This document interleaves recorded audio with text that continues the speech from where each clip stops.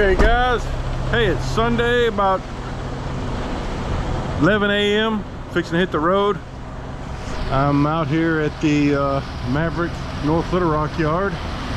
You know, I put my truck into the shop Friday morning when I got here because they were doing some repair on the PSI viewing system. And so they had the truck unhooked from the trailer, had to hook it back up. I've already gone around, done my load check, my inspection, everything's good.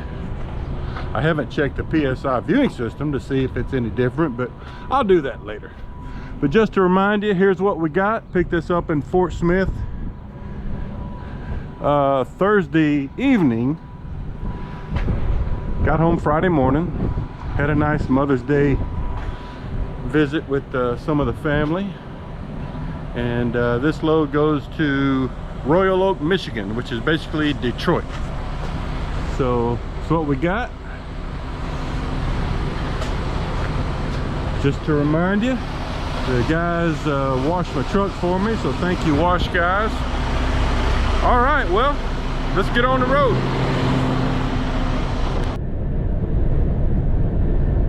All right, everybody. Hey, we made it to Monday morning, just a little before 6 a.m.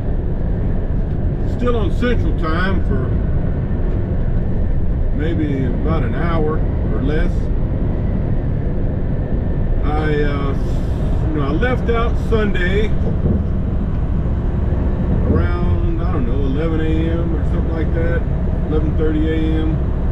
And I drove up to Effingham, Illinois. Stopped at Flying J there. You know, Effingham, Illinois is kind of like the center of the universe for us Maverick regional Midwest drivers. Go through there a lot. But now, you know, I was on 57 North. Now I've switched over to 70 East, which will take me over to Indianapolis. I'll scoot around Indianapolis and probably go up 69, you know, heading up toward Detroit. So GPS says I've got, you know, from Effingham, it's about 7 hours and 40 minutes of drive time. So I'm hoping I make good time and can get there without having to take a 30-minute break. But, you know, I'm going to be hitting the Detroit area, you know, mid to late afternoon. So it might get slow. We'll see how it goes. You know, I may stop and take my 30-minute break somewhere. I've left early enough that I've got time. I should get there early. But, you know, I will be switching over to Eastern Time here once we hit the Indiana border. But, yeah. Got this load that's going to Royal Oak, Michigan, to a place, you know, we pretty much take a steady stream of product to this place, I think. It's, I went there the first time when I was on the trainer truck. Went there, and I've been there several times since. It's kind of a tough place to get to because it's, you know, it's kind of tucked right in town, and it's a tough place to back into because you're just on a little street on the back of the customer. And they go by appointment times, you know, it's not like you have an open window.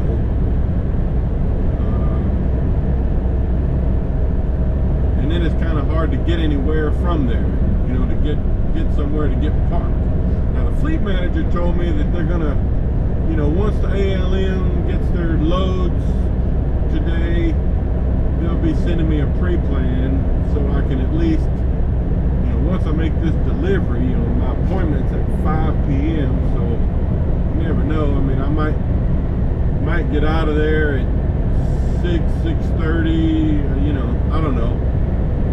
And I'd like to know which direction I need to get set up for, you know, for Tuesday morning.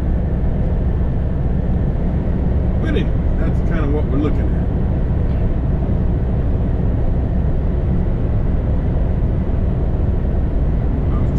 you a little shot of the sunrise, because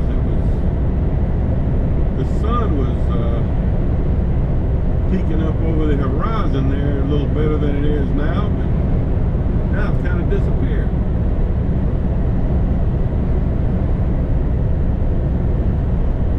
All right, well, that's what's up for now. All right, folks. Hey, I'm here on I-69 in Indiana, kind of northeast of Indianapolis, south of Fort Wayne. Stopped at this rest area here. Went ahead and did my 30-minute break just to get the rest of my drive time added to the clock. So now I've got 7 hours and 29 minutes of drive time, so no problem getting to my customer. If I hadn't done that, I only had about 20 extra minutes of time to get there, so I thought, you know, might as well do it. This is a real nice rest area, one of my favorites. Plenty of parking. But I've only got about a little over 4 hours of drive time to get to my customer. 4 hours and 4 minutes, it says. But, you know, I'm planning to get bogged down in some traffic as I approach Detroit.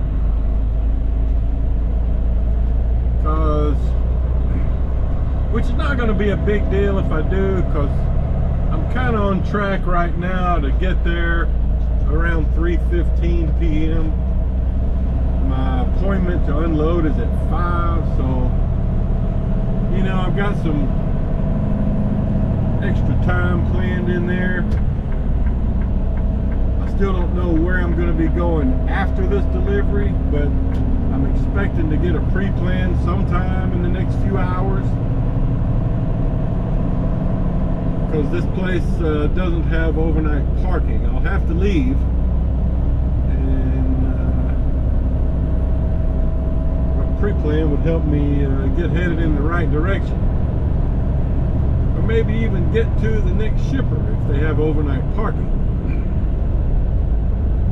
So that's a quick update for you. Nice, pretty day. Supposed to be in the, I think they said it's going to be around 80 or so. Real nice. A little bit windy, but real nice. No tarp on this load, so I don't have to worry about a tarp. Alright, more later. Alright, folks, giving you a little shot of Detroit, Rock City. I'm about 25 minutes from my customer. I've decided just to shoot up 75 north through Detroit. It's been okay so far. It's a little before 3 p.m. I really thought the traffic would be worse. But a lot of road work. Man, not so much now, but the last few miles, lots of road work.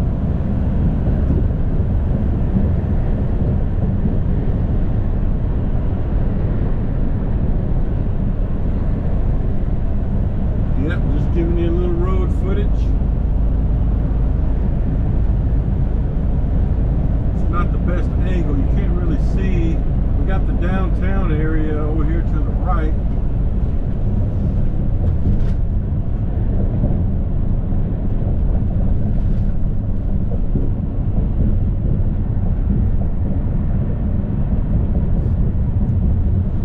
Alright, more later.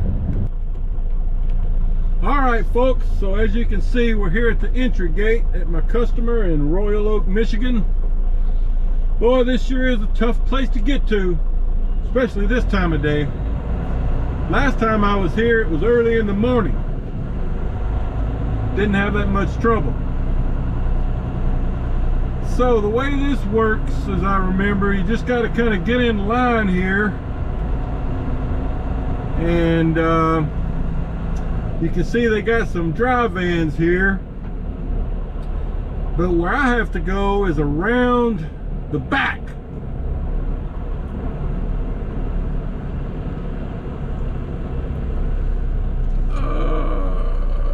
So I'm just gonna go on around.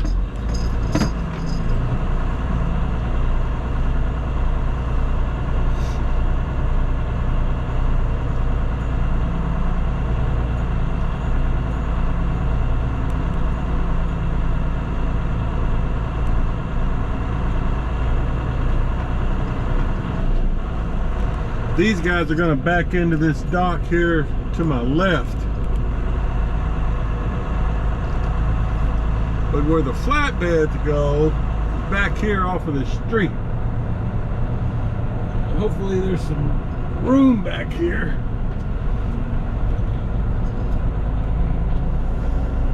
It's not a fun place to back into either.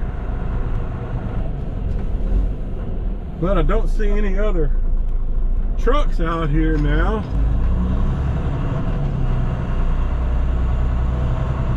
That's kind of surprising.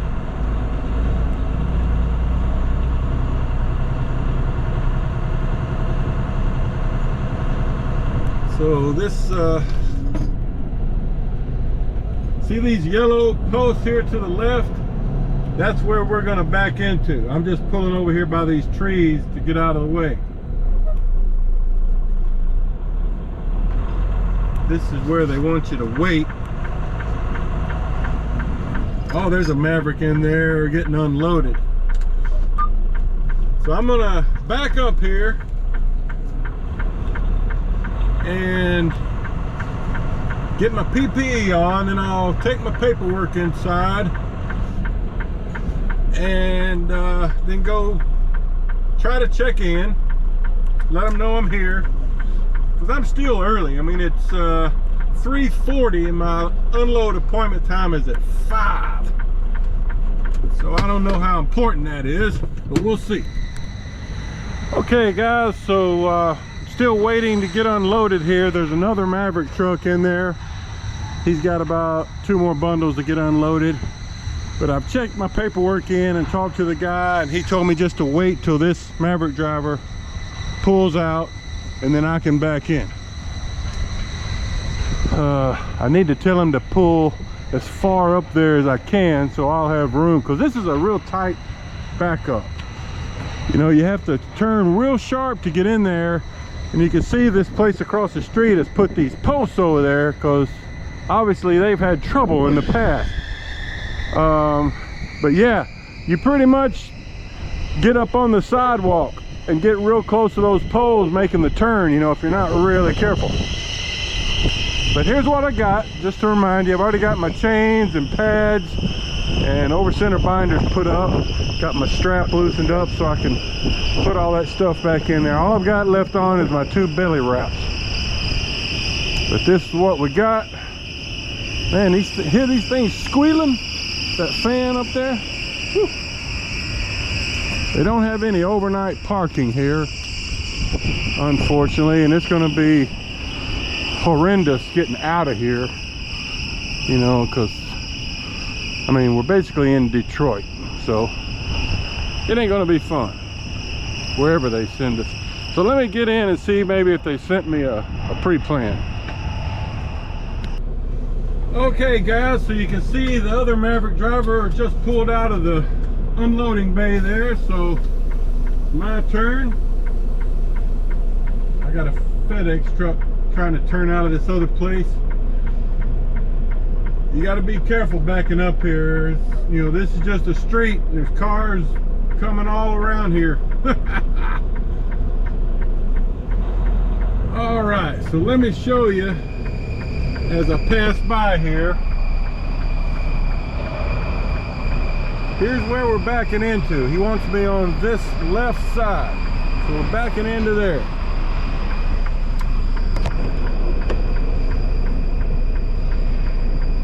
So I'm going to try to hug over here as much as I can. All right, I'll try to show you some of the unload if I can. Okay guys, so this is my friendly unloader Larry. Looks like he's gotten one bundle off already while I was in there trying to figure out where I'm gonna go.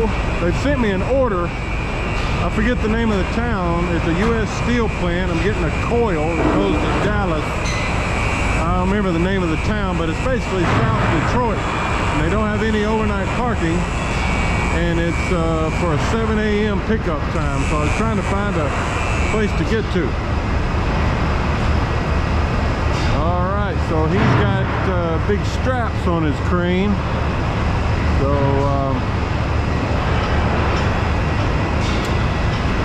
So Larry, what do you guys do with these steel bars? Make gears for the transmissions for the big three, Ford, Chrysler, and GM. Okay, so transmission parts for the big auto dealers. Okay. How late do y'all unload at night? How late in the night do y'all unload? Till 10. Oh, wow, okay. I didn't know that. He said they unload until 10 o'clock. All right, so y'all seen this before. He's basically gonna hook that big, that's a big wide strap. He's gonna hook that on and then hook one on up here. Then I'll try to show it to you, but he's taking them that direction.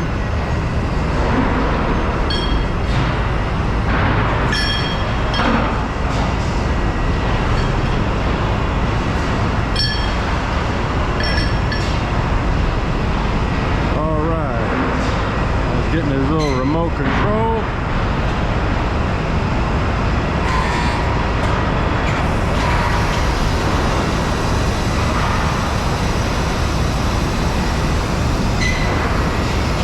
There we go. Oh, he's balanced it really well. So once he gets those last two bundles off, I've got 6 timbers to put up and strap up, and then I'm out of here. And I can go fight through the Detroit traffic. All right, so there she goes. To turn into transmission parts for, he said, the big 3 automakers. All right, that's how it works. All right, more tomorrow.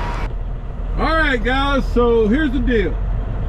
I got that delivery done up in Royal Oak, Michigan, and got through Detroit. Took about an hour, and I had a Flying J. The first Flying J I came to was all full, and it's kind of different. You can't even reserve a spot there, and you have to pay. And they have a guard there letting people in and out, but they were all full. So I kept on going. Stopped at a Love's and a Pilot, and they were all full. So I thought, you know what? I was in Monroe, Michigan last week. We have 2 customers that I'm aware of in Monroe, Michigan. And I'm at one of them now. I picked up here last week at a place called Bar Processing. It was pouring down rain. I got soaking wet. But I thought, you know what? I'm gonna go and see if those guys will let me park there. So I was over on the other side of the building, sat there about 10 minutes, and then one of the forklift guys came. He thought I was here for a load because he said they've got one more guy coming in to pick up a load.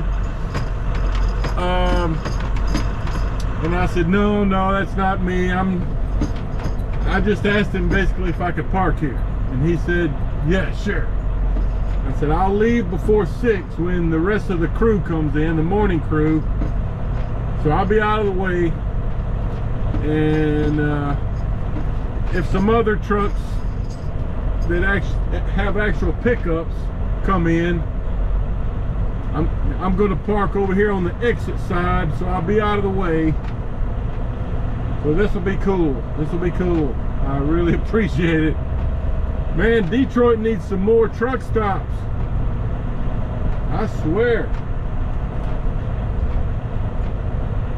So, a little quick thinking there. And a nice customer.